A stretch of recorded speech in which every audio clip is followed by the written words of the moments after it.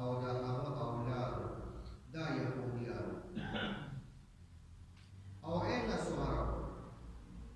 تاسو وایي چې ابراهیم علیه السلام،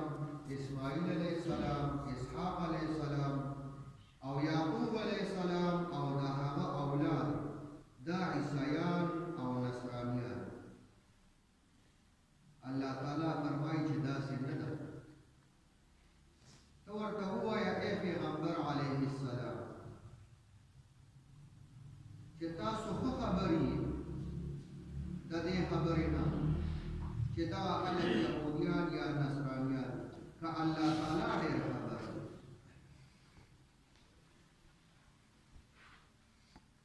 او د هغه چا نه لوی ظالم بل څوک کیدی شي چې د الله تعالی د طرف نه ورته شهادت را رسېدلی وي، د دوی په کتابونو کې پروت وي او دوی یې پټوي. او الله تعالی ستاسو دا کارونو نه ناخبره نه دي. تاسو چې دا کم کارونه کوئ نو د هغې نه الله تعالی ناخبره نه دي. او دغه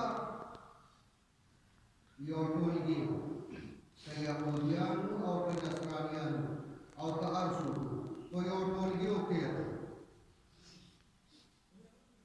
نو د هغوی دپاره د هغوی اعمال وي، هغوی ته به د هغوی د اعمالو بدله ورکړې کېږي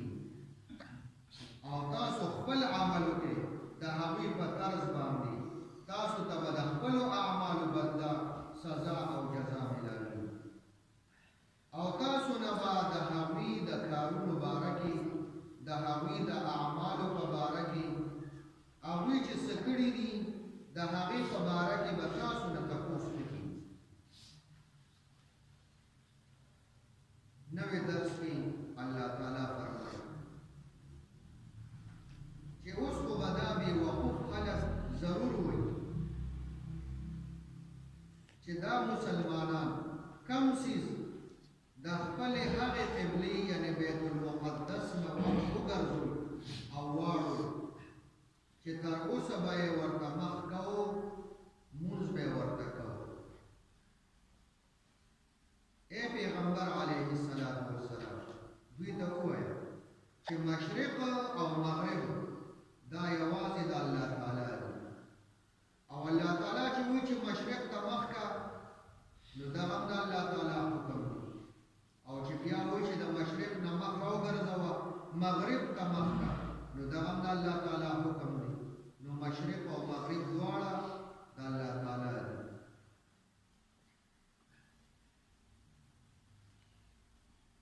او د چا په باره کې چې الله تعالی خوښه شي او رضا شي نو هغه په سمه لار باندې روان وي. څوک چې الله تعالی وغواړي چې هغه ته هدایت کوي او سمه لار ورته ښیي نو هغه په سمه لار باندې روان وي.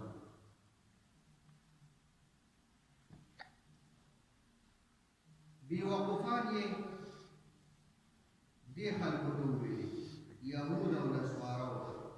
او مشرکان چې دا بیوقوفان سفها دا چې کوم دي نو بې عقله او بیوقوف ته ویلي. حضرت برا رضی الله عنه فرمایي چې نبی کریم صلی الله علیه وسلم او صحابه کرامو 14 یا 19 میاشتې بیت المقدس ته مونځ کړی. بیت المقدس طرف ته به مخ کوو او مونځ به کوو. لیکن د پیغمبر علیه الصلاة والسلام منشا دا وه چې قبله دې بیت الله شریف شي. نو الله تعالی حکم راولېږه او د مازدیګر مونځ یې بیت الله شریف ته ادا کړ. او د پیغمبر علیه الصلاة والسلام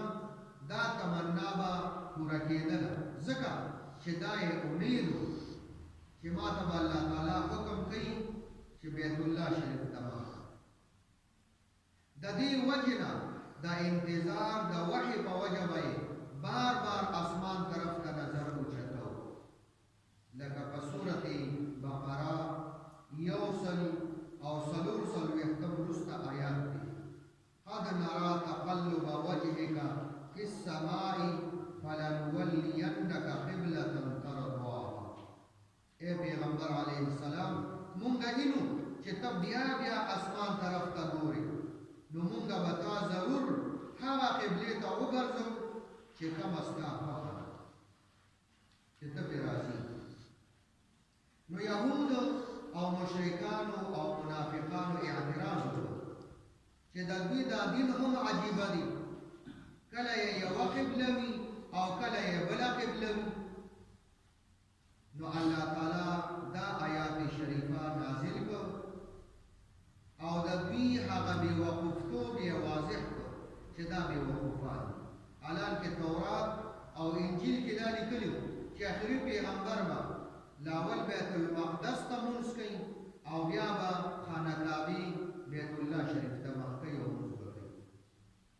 کله چې نبي علیه الصلاة والسلام مدینې منورې ته تشریف راوړ نو بیت المقدس ته یې مونځ کوو